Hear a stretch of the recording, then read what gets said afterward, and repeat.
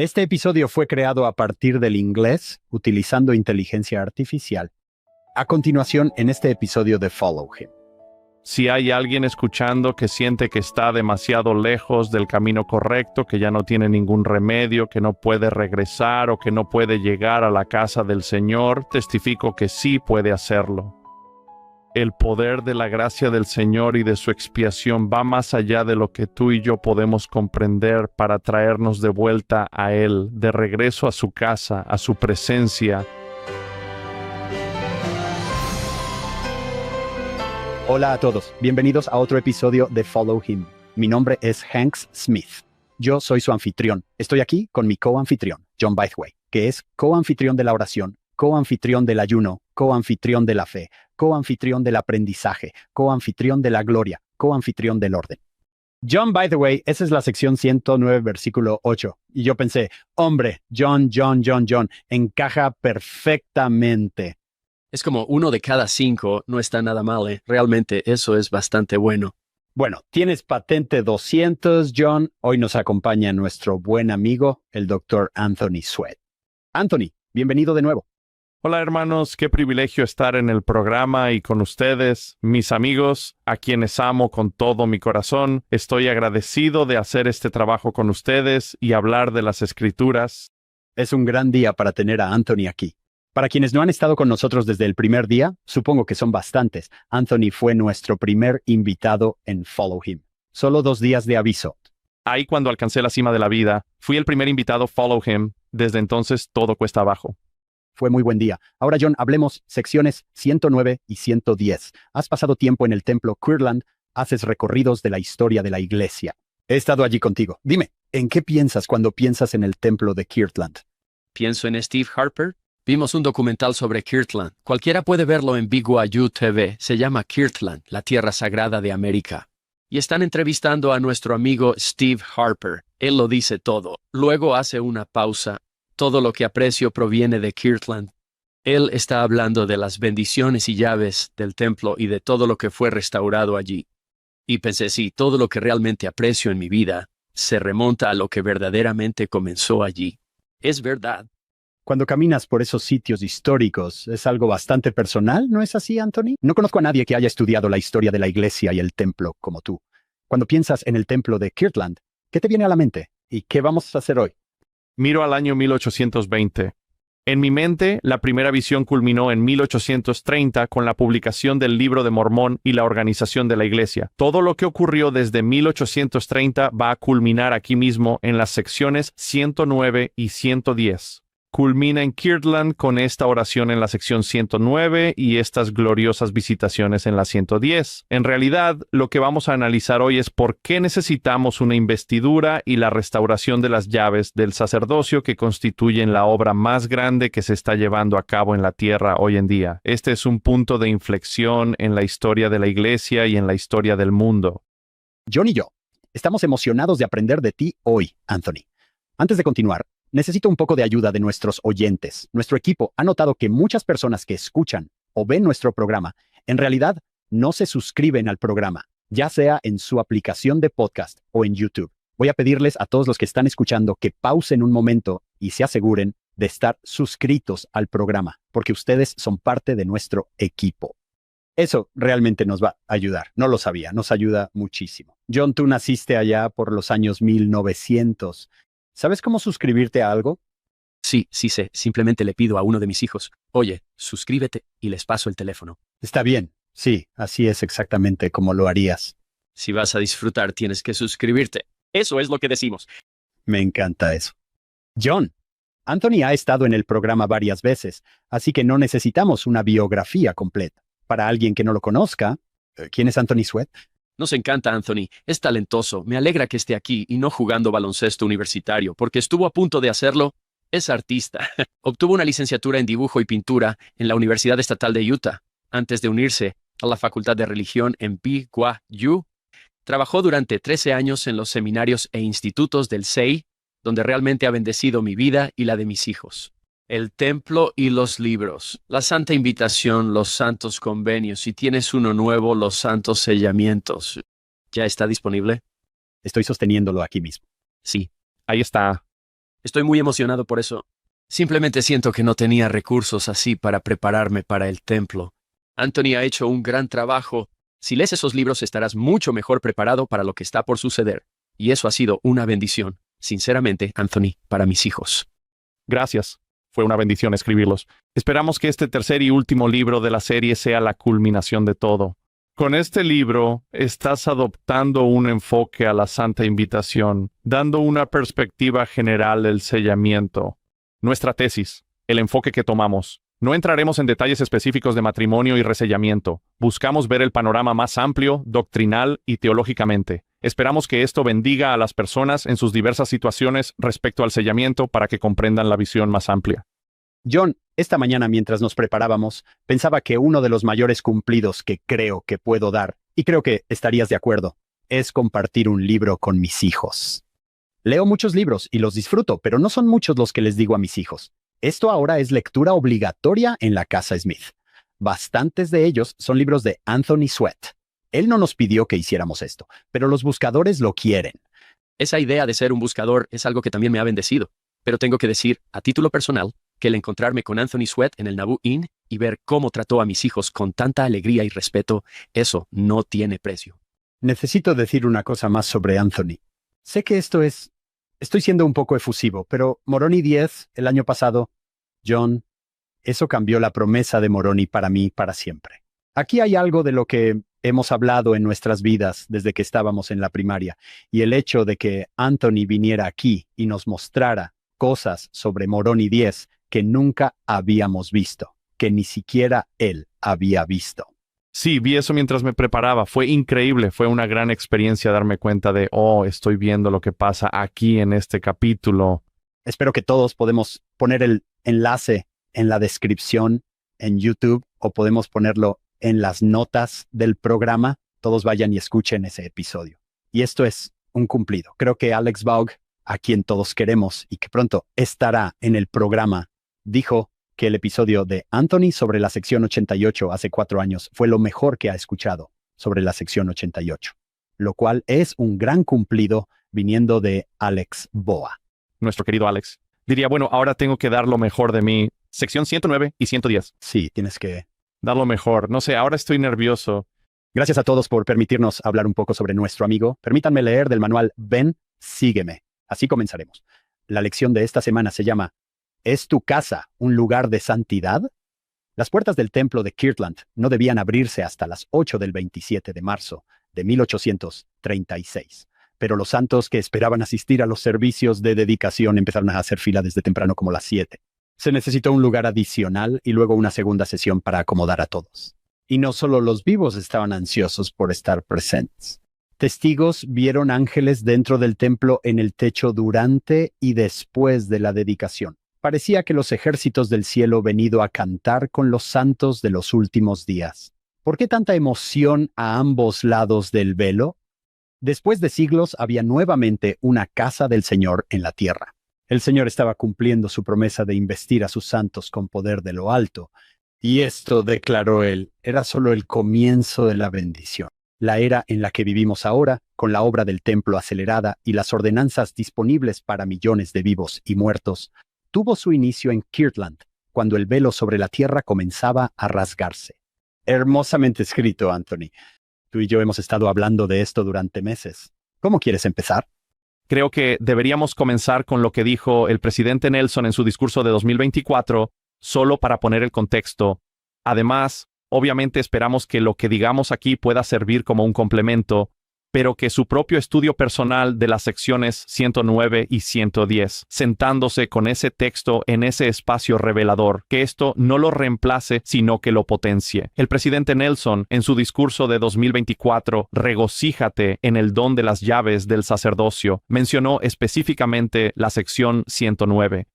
Él dijo, cito, la oración dedicatoria de José Smith para el templo de Kirtland es una lección de cómo el templo te fortalece espiritualmente a ti y a mí para enfrentar los desafíos de la vida en estos últimos días. Les animo a estudiar esa oración registrada en Doctrina y Convenios, sección 109. Es una directriz profética dada en conferencia general para toda la iglesia. Espero que todos tomemos eso muy en serio, incluso en mi relectura de las secciones 109 y 110 varias veces para prepararme para esta grabación. Aunque algunas cosas me llamaron la atención, aprendí mucho en el proceso. Yo empezaría ahí, con la directriz profética. Por supuesto, tengo que dar un poco de contexto, pero antes que nada, asegurémonos de tomar esa directriz en serio y estudiar estas secciones directamente en la palabra por nuestra cuenta. Sí, he notado que cuando el presidente Nelson da una directriz, o cualquier profeta, no sé si tengo tiempo para eso. Luego me doy cuenta de que tengo bastante tiempo que desperdicio. Sería bueno para mí y para cualquiera que piense, hombre, debería hacer eso. Estoy en el mismo barco. Hagámoslo. Está bien, si doy historia, tenemos que ver por qué un momento tan culminante. Sí, Y no quiero ahogarme en la historia porque quiero estar en el texto, pero tenemos que ver qué fue lo que llevó a esto. Anthony, por lo que he leído, 1836 parece ser un buen año para Joseph Smith, y no tiene muchos de esos. Sí, este es un año destacado. Esto ha sido algo que se ha estado gestando durante años y años para llegar a este punto culminante en la historia de la iglesia. En particular, después de que José organiza la iglesia y publica el Libro de Mormón, una de las primeras cosas que hace es comenzar a traducir la Biblia. Y mientras José traducía la Biblia, aprendió sobre el sumo sacerdocio, o que había grandes sumos sacerdotes que tenían poder. Ellos tenían poder espiritual para hacer la obra de Dios. Tenían poder para realizar milagros y para que los ángeles les ministraran, para desafiar a los ejércitos de las naciones. Tenían poder para recibir revelación y clamar a los cielos y ser escuchados. Tenían un gran poder espiritual. Y estas son personas como Moisés, Melquisedec, Enoc y otros. Y el Señor reveló que quiere crear un reino de sacerdotes como ellos en los últimos días. Grandes sumos sacerdotes. La iglesia tiene apenas unos pocos meses de existencia. Le dice que se reúnan en Ohio en la sección 38, versículo 32. Dice, allí os investirá de poder de lo alto. Es la primera vez que recibimos eso. Luego la iglesia se reúne en Ohio y cuando llegan allí, José realiza una conferencia en junio de 1831. Es una de las conferencias más importantes que han ocurrido en la iglesia. Se sienta allí con unos 60 élderes. Ordena al primer sumo sacerdote en esta dispensación. Se reúnen, según la historia que se ha transmitido, para que puedan recibir una investidura sagrada. Van a cumplir la promesa de recibir una investidura divina. José les promete que, si son puros de corazón, en 3 días podrán ver al Salvador cara a cara. En esta importante conferencia de junio de 1831. No sé tú ni ninguno de los oyentes allá afuera.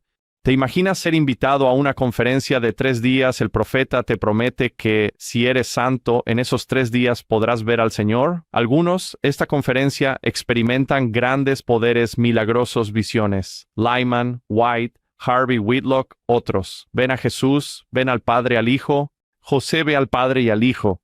Sin embargo, muchos de ellos no experimentan una efusión divina de poder. No se sienten investidos.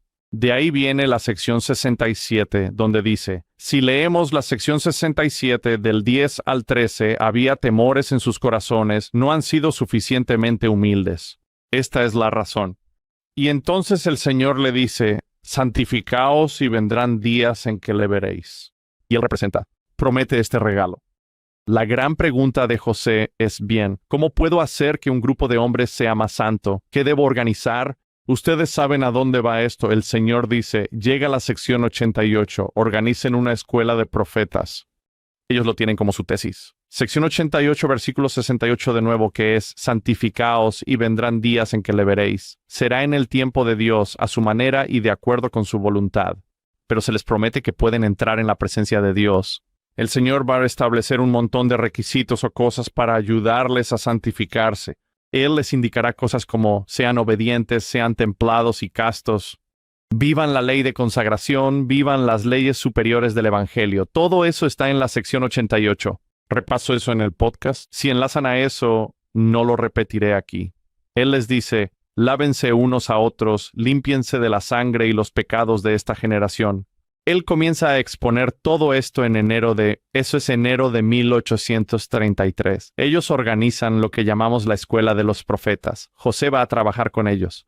En esa revelación, el Señor dice, reunirse en la granja de Isaac Morley estuvo bien, en su pequeña cabaña, pero necesitan establecer una casa, incluso una casa de aprendizaje, de ayuno, de gloria, de orden, una casa de Dios. En la sección 88, versículo 18 y 119, el Señor les dice, construyan un templo, esa será su directriz, que harán todo lo posible por cumplir. Eso es en el invierno de 1833. El Señor los va a reprender unas secciones después, en la sección 95, por no haber comenzado todavía. Ahí es donde surge la gran historia de Hyrum Smith, que justo después de la sección 95 va y limpia el terreno diciendo, muy bien, hagámoslo. Y ellos van a trabajar, van a sacrificarse, van a esforzarse, van a ahorrar, dedicar y consagrar para ser obedientes a este mandamiento durante los próximos 3 años. Y bueno, van a trabajar para construir esta magnífica casa de gloria, la casa del Señor, que prepara el escenario para dedicarla en su totalidad. Y también quiero hablar sobre las reuniones previas para entender la sección 109. Pero, ¿ustedes qué opinan? ¿Qué quieren agregar ahí? ¿Qué me he perdido al relatar esa historia? ¿Qué decimos a personas que dicen, no necesitas un templo, Dios está en la naturaleza? ¿Por qué Dios pediría construir un edificio? Pero lo que describiste, Anthony, es lo que les sucedió al prepararse para construir el templo. Eran un pueblo de templo mientras lo construían. El proceso de construir un templo los transformó en personas semejantes a un templo. Pero yo también argumentaría que Dios necesita un espacio sagrado. Dios necesita un lugar santo para manifestarse a su pueblo. Eso es lo que Él dice en estas revelaciones. Él también quiere un terreno sagrado y quiere que preparemos ese terreno, que también nos preparemos a nosotros mismos. Creo que es algo dual. Bueno, cuando te sientas afuera del templo de Kirtland, yo me he sentado allí muchas veces. Hay un par de bancos allí a un lado y cuando los miras, realmente te toma un tiempo para pensar cómo habría sido el estar allí durante la era de los templos de 2025. No es algo tan impresionante, pero cuando te remontas a 1836, te golpea y te hace pensar cómo hicieron esto. La frase es, de su pobreza construimos esta casa. Este templo, para ponerlo en perspectiva, en 1836 había alrededor de 2,000 santos de los últimos días en el área metropolitana de Ohio. Eso es como si tu estaca estuviera construyendo un templo. En aquellos tiempos era bastante difícil montar un espectáculo itinerante para un filete y más aún construir una casa de Dios. Quizás para ponerlo en más perspectiva, es un poco como una apuesta estudiantil porque esa es la cantidad de dinero que tienen. Tienes aproximadamente 2,000 personas que van a construir este magnífico edificio en un periodo de 3 años y que tienen muy pocos recursos, pero tienen corazones consagrados, manos dispuestas y todos ellos se ponen a trabajar. La gran Eliza Snow dijo esto al respecto en ese momento. Los santos eran pocos y la mayoría muy pobres. Y si no hubiera sido por la seguridad de que Dios había hablado y mandado construir una casa para su nombre, de la cual no solo reveló la forma, sino que también designó las dimensiones, cualquier intento de construir ese templo bajo las circunstancias existentes habría sido considerado por todos los involucrados como absurdo.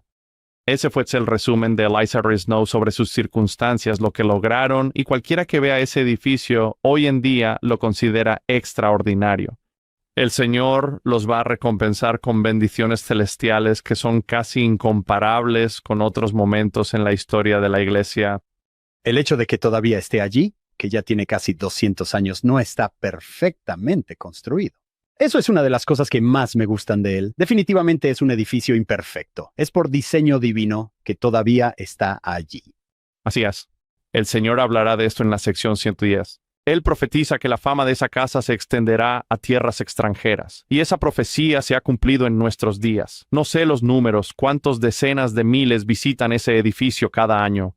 Este sería un buen momento para expresar cuán agradecidos estamos con nuestros compañeros de labor, a su manera, en la restauración de la comunidad de Cristo, por lo bien que cuidaron y usaron ese edificio. Y fueron grandes administradores. Estamos agradecidos de que nuestra iglesia ahora, ¿cuándo fue? En marzo de 2024. Creo que pudimos comprárselo a ellos. Pero el hecho de que todavía lo tengamos, se lo debemos en gran parte a ellos y a su administración sobre ese magnífico edificio para que esas profecías puedan cumplirse, que la fama de esta casa extendería a tierras extranjeras. Realmente es algo impresionante. No tienes que ir a Kirtland para sentir su poder.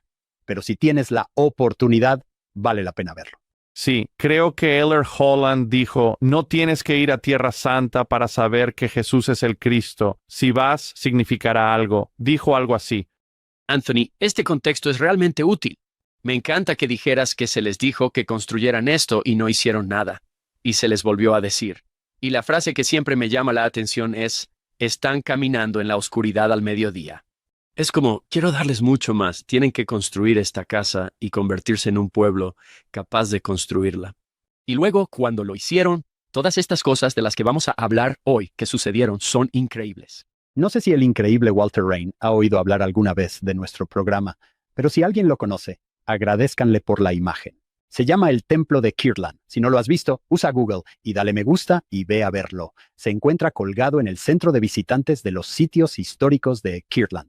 ¿No ese es el original? Ese es el original allí. Sí, Sé que eres muy fan de Walter Rain. en realidad soy el presidente de su club de fans. Sí, entonces seré el vicepresidente. Bueno, En cierto modo, Brother Rain está mostrando lo que hicieron. Ellos tomaron sus valiosos dones y contribuyeron con ellos. contribuyeron a ello. Hemos escuchado estas historias mucho tiempo, pero una que me parece conmovedora es que en febrero de 1836, cuando ya estaban cerca de terminar y se enfocaban en los detalles, las mujeres de la iglesia se unieron y donaron material. Ellas cosen los velos del templo que pueden colgarse en esos salones para dividirlos. No estoy seguro de que algunos nos demos cuenta de que veían esos velos o cortinas que colgaban alrededor de los púlpitos como forma de dividir el atrio exterior del atrio interior. Casi como el templo de Salomón, el lugar santísimo.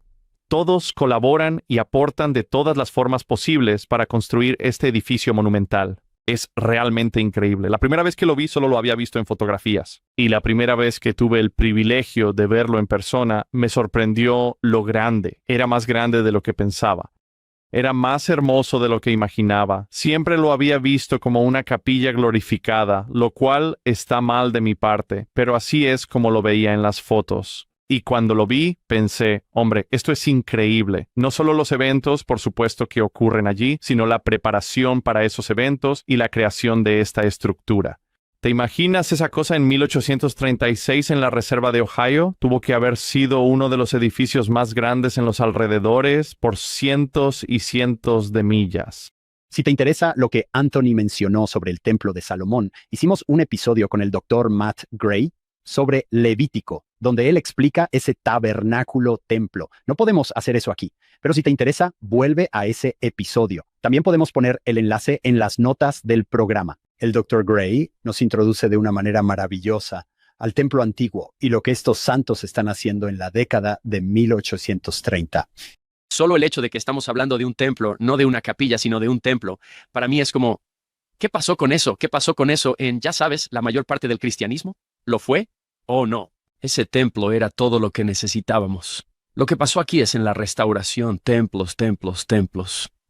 Sí, cuando el Señor les dice a los santos que establezcan Sion en la sección 84, una de las primeras cosas que les dice es que es necesario erigir un templo para que la gloria del Señor pueda estar allí y su presencia pueda estar allí. Desde el principio, Sion. Y José dirá, ¿cuál es el propósito de reunirnos? Es reunirnos alrededor de un templo donde el Señor pueda enseñarnos sus caminos. Este templo es central, esa restauración de una casa santa para que el Señor enseñe a su pueblo sobre su reino y sus caminos, para manifestarse y darles poder. Qué testimonio de la restauración de traer todas las cosas de vuelta. La importancia de esto era tal que, ¿se acuerdan de la película? Se llamaba Monte del Señor. ¿Te acuerdas? Sí. Se trataba principalmente de Wilford Woodruff. Para mí, una de las cosas que dice la urgencia y la importancia de esto, como estás diciendo, Anthony, es que Brigham Young apenas llega al valle, apenas sale del carro, pone su bastón en el suelo y dice, aquí construiremos el templo de nuestro Dios. Es como lo primero que hace. Lo hiciste sonar como si tuviera 100 años y probablemente tenía como 45. Ese día estaba enfermo. Hermanos, miren aquí. Sí, aquí construiremos el templo de nuestro Dios, Wilfred Woodruff. Oh, había un palo colocado en una roca al lado de un encargado de utilería que dice, aquí el lugar. Lo primero es ¿qué comemos? Lo primero ¿ese lago es salado? No, lo primero es donde construimos el templo. Boom, aquí mismo, sí. Brigham también, cuando José y Hiram son martirizados, lo primero que dice es, vamos a terminar este templo de Nabú y a investir y sellar a los santos. El templo es la prioridad desde el principio. Es el templo en Kirtland. Es el templo en Nabú. Es el templo en Salt Lake. Es el templo hoy en día. Y con nuestros profetas modernos que continúan guiando con esas mismas llaves y dirección reveladora del Señor, está en el centro. Realmente lo es. Todo en doctrina y convenios. Lo he dicho antes y lo diré de nuevo. El propósito de doctrina y convenios nos impulsa hacia el santo templo. Culmina, nos lleva a la casa del Señor. Anthony, esto es algo que tal vez vayas a abordar mientras hablamos aquí. Cuando llevo un grupo a Kirtland, una de las preguntas más comunes que recibo es, ¿realizaron ordenanzas del templo aquí? ¿Hay una sala de sellamiento? ¿Hay una sala de investidura? Cuéntanos, ¿qué responderías tú? El templo de Kirtland, por magnífico que sea, fue un templo preparatorio. En gran parte, esto se debe a que en la sección 110, esas llaves de Moisés, Elías y Elías aún no habían sido restauradas. En el templo de Kirtland no se realizaba la obra por los muertos. En el templo de Kirtland no se hacía la presentación de la investidura. En el templo de Kirtland no se realizaban sellamientos de familias y niños. En el templo de Kirtland sí se realizaban algunas ordenanzas. Voy a leer un poco sobre eso porque nos ayudarán a entender la sección 109. Allí se hacían lavamientos, unciones y bendiciones.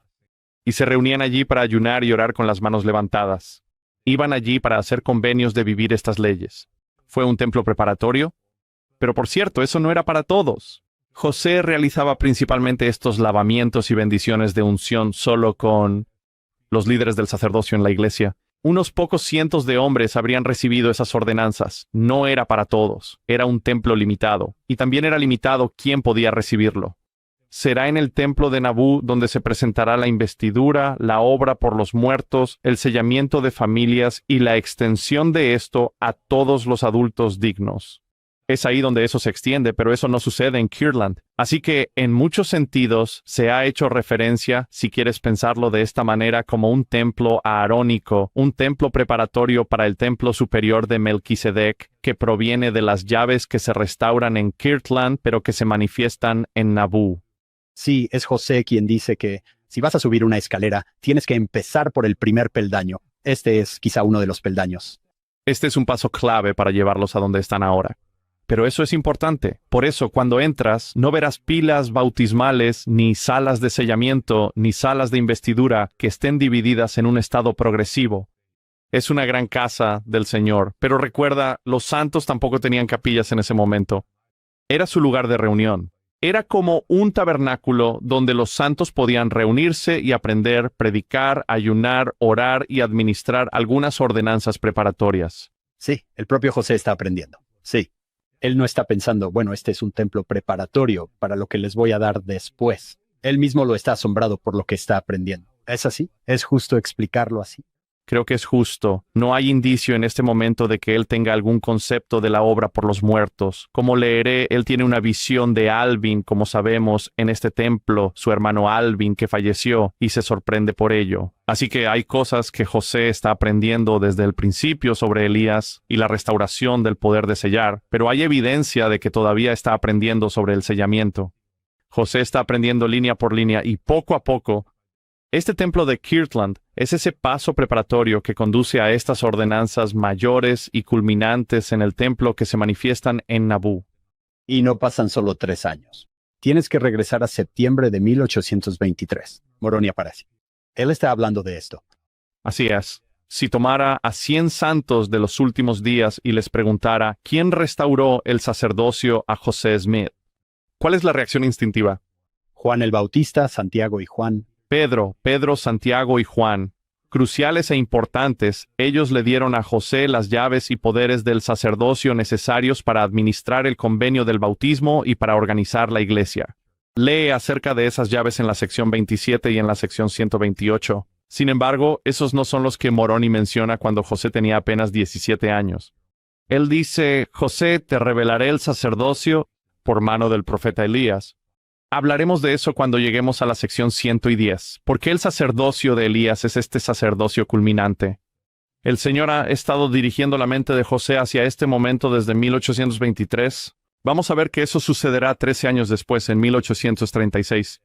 Y hay mucho que José va a aprender en esos años, hasta entonces y después, sobre lo que Elías y sus llaves están haciendo. Contendré mi emoción. Esto es lo que hacemos para divertirnos. ¡Qué divertido! Lo es. ¿Crees que ya tenemos el contexto necesario? Un poco más de historia de fondo que puede ser útil. Es que para enero de 1836, el templo ya estaba lo suficientemente terminado como para que, en el tercer piso, donde están esas ventanas abuhardilladas, esas oficinas o la sala de reuniones de la escuela, José tiene una oficina al fondo de esas. Y comienzan a realizar algunas reuniones sagradas a partir de enero de 1836 en esas habitaciones del tercer piso, mientras el resto del templo sigue en el proceso de terminarse. Así que permíteme leer un poco del propio diario de José aquí. El 21 de enero de 1836, José y varios líderes de la iglesia, incluyendo a su padre, a Oliver y a Hiram, José dice que fueron al desván de impresión junto al templo donde había una escuela, cito, donde participamos de la ordenanza de lavar nuestros cuerpos con agua pura. También perfumamos nuestros cuerpos y nuestras cabezas en el nombre del Señor. Luego subieron al tercer piso del templo, a este salón escolar del extremo oeste donde estaba la oficina de José, y José dice, cito, fueron allí para participar de la ordenanza de ungir nuestras cabezas con aceite sagrado. Luego ungieron ese aceite y se bendijeron unos a otros. José dice, invocamos las bendiciones del cielo. Tuvieron grandes y gloriosas visiones cuando esto sucedió.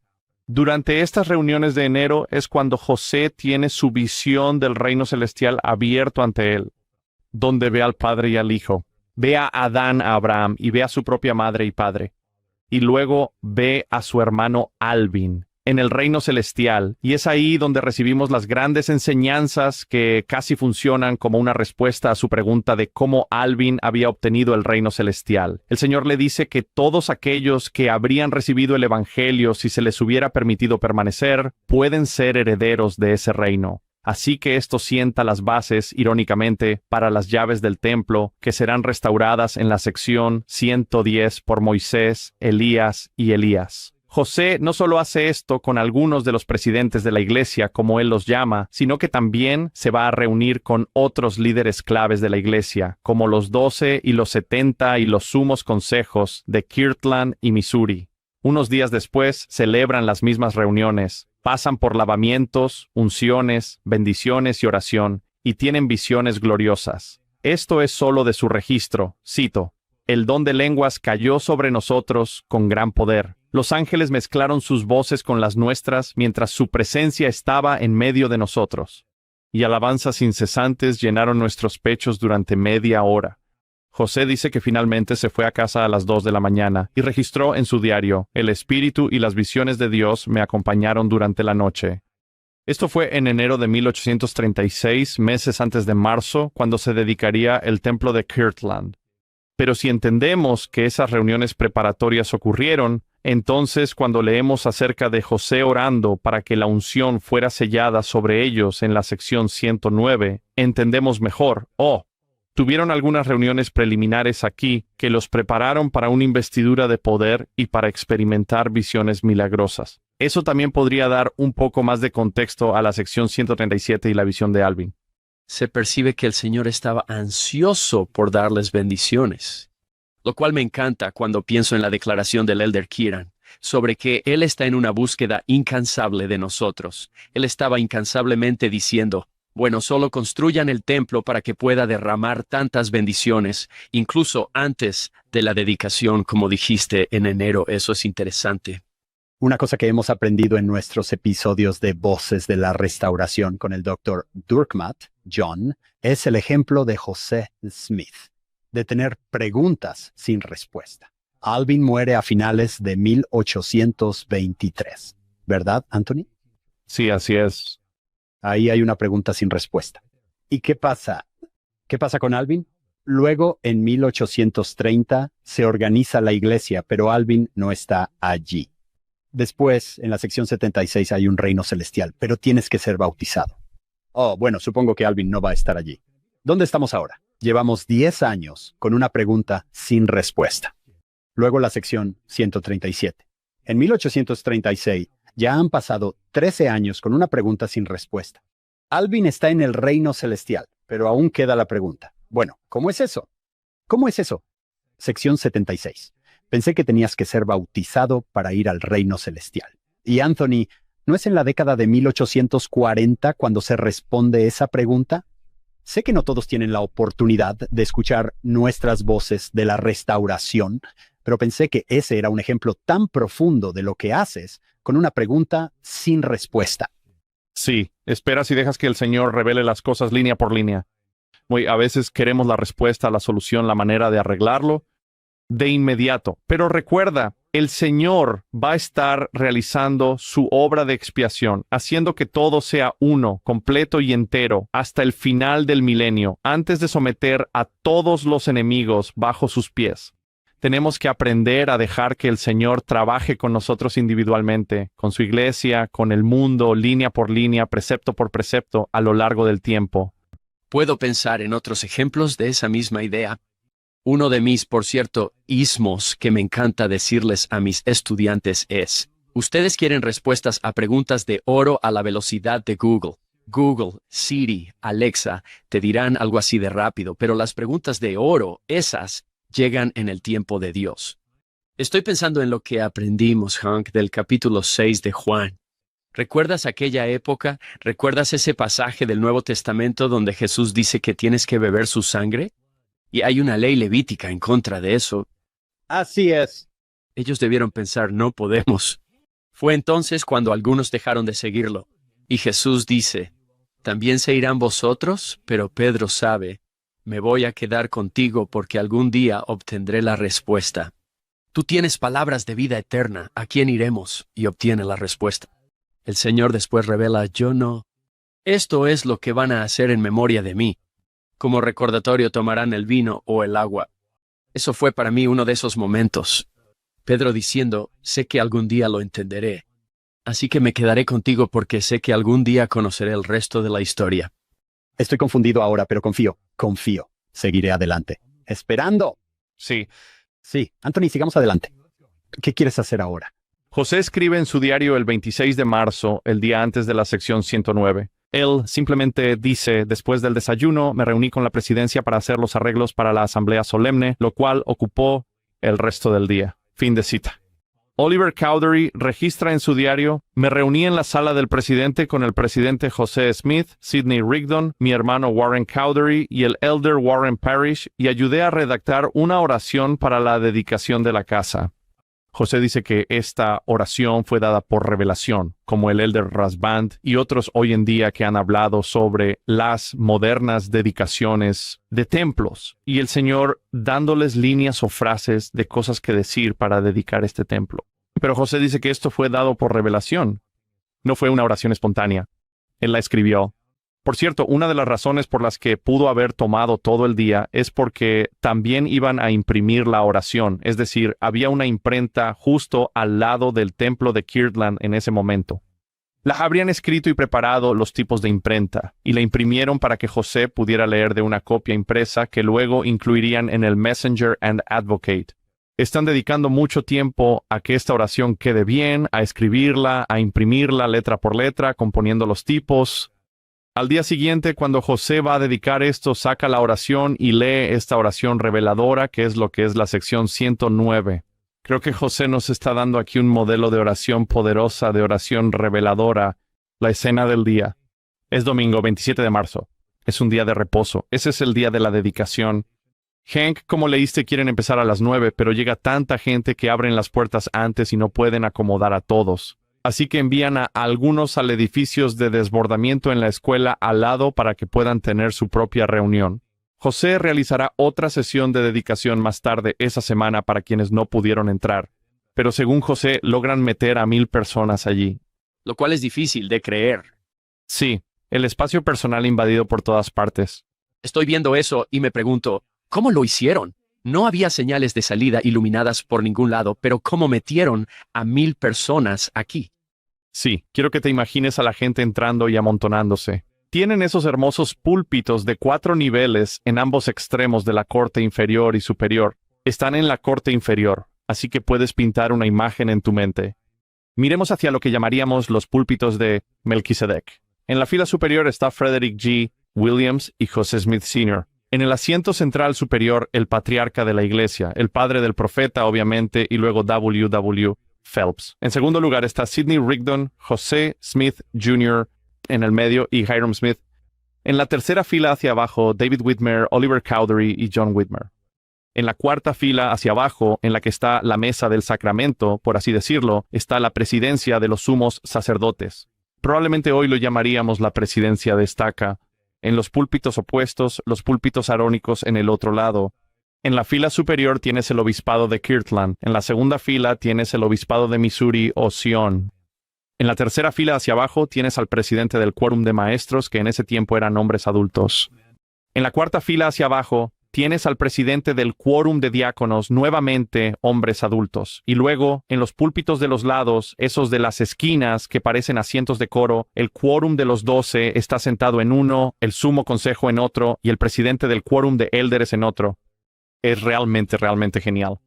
Una escena del poder de la estructura del sacerdocio de la iglesia para guiar a los santos, a aquellos que tenían esos llamamientos en ese momento. Sidney Rigdon será quien dirija la reunión y tenga una gran parte de la sesión de dedicación.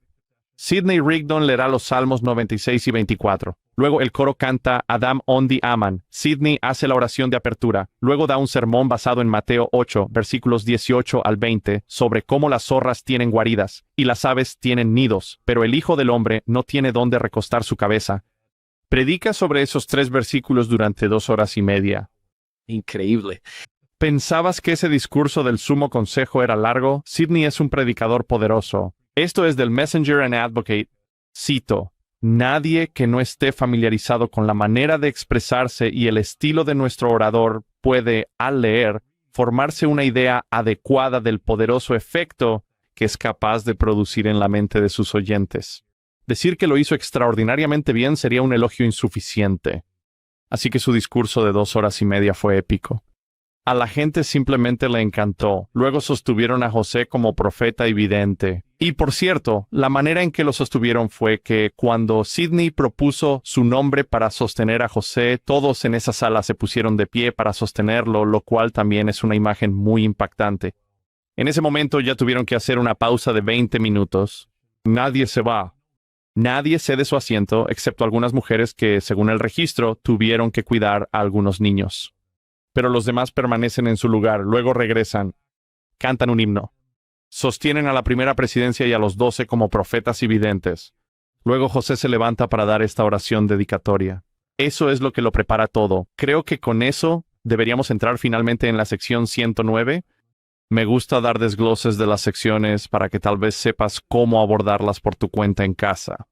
Este es solo mi propio desglose, así que no es nada oficial ni definitivo. Puede que veas diferentes versículos, pero para mí los versículos 1 al 5 son la introducción de José y su súplica al Señor. Los versículos 6 al 42 contienen las promesas de investidura y las bendiciones del templo. Los versículos 43 al 53 son una oración por los enemigos de la iglesia. Los versículos 54 al 67 son su oración por el resto del mundo, y en particular por la casa de Israel. Y luego, los versículos 68 al 80 son una oración pidiendo bendiciones para los líderes de la iglesia y para la iglesia en su conjunto. Esas 5 secciones no son una división perfecta, pero tal vez puedan ayudarte en casa a notar algunos cambios y enfoques a medida que avanzas en esta oración. Me encanta eso. Comencemos con la primera sección. Versículos 1 al 5, su introducción y su súplica. Me encanta que en el versículo 1 lo primero que dice es: gracias sea a tu nombre, oh Señor Dios de Israel, que guardas el convenio. Me encanta eso. Yo marcaría y resaltaría eso. En mi Instagram hace poco publiqué algo y hice un pequeño comentario sobre el juramento y convenio del Padre y puse entre paréntesis, sí, Dios también tiene convenios que Él cumple. Cuando escribí eso pensé, ¿es eso correcto? ¿Es doctrinalmente correcto? Luego leí esto en la sección 109, versículo 1, que Él, Dios, guarda los convenios. Algo que diría desde el principio aquí, volviendo al patrón de oración de José, es que una de las cosas que notarás a lo largo de toda esta sección es que José dirá, como tú has dicho, o basándose en esa promesa, José está suplicando que Dios cumpla las promesas que Él ha hecho, como tú nos prometiste que tu gloria estaría aquí, tú prometiste que te manifestarías. Tú lo prometiste y Él está suplicando de manera humilde que Dios cumpla las mismas promesas de convenio que el Señor hizo. Eso podría ser una gran enseñanza para ti y para mí al orar. En lugar de solo pedir lo que queremos, mirar lo que queremos y preguntarnos qué ha prometido Dios en relación con lo que necesitamos, y luego invocar a Dios para que cumpla esas promesas porque Él guarda sus convenios. Me encanta eso desde el principio. Tú cumples los convenios y voy a invocar esas bendiciones prometidas. Me da un poco de vergüenza decir que a veces le he citado mi bendición patriarcal al Padre Celestial. Mira, aquí mismo, en el párrafo 5, dice que vas a hacer esto. Me encanta eso, y me gusta cómo lo dijiste, Anthony. Él lo está diciendo con humildad. Intentamos hacer esto para que se pueda cumplir esta promesa. Intentamos hacer esto para que se pueda cumplir este convenio. Sí, no quiero plantearlo como si José estuviera siendo exigente, pero definitivamente está demostrando que está escuchando. Él está escuchando al Señor y es como, sé que has prometido esto y quiero invocar el cumplimiento de esa promesa. De nuevo, en la introducción, su gran súplica está en el versículo 4, donde dice, pedimos al Santo Padre en el nombre de Jesucristo, el Hijo de tu seno, y en cuyo nombre solamente se puede administrar la salvación a los hijos de los hombres. Te pedimos, oh Señor, que aceptes esta casa, la obra de las manos de nosotros, tus siervos, que tú nos mandaste edificar. Casi puedes escuchar a José diciendo, por favor, acepta esto como tu casa. Hemos construido esto para ti. Hemos hecho nuestro mayor esfuerzo. ¿Lo aceptarás? Marcaría unos versículos aquí. Junto al versículo 4, yo marcaría el versículo 78. Él va a cerrar la oración en el versículo 78 diciendo nuevamente, oh, escúchanos, oh, escúchanos, oh, escúchanos, oh Señor, como 3 veces esa súplica triple y responde estas peticiones y acepta la dedicación de esta casa para ti, la obra de nuestras manos que hemos edificado en tu nombre. Casi repite el versículo 4, vuelve a él para cerrar la oración, esa es su súplica, eso es lo que espera que suceda. Si quisiera marcar la triple invocación al Señor, ¿dónde la encontraría? Eso fue en el versículo 78. Comenzando en el versículo 6, marqué del 6 al 42 para algunas de estas promesas de investidura.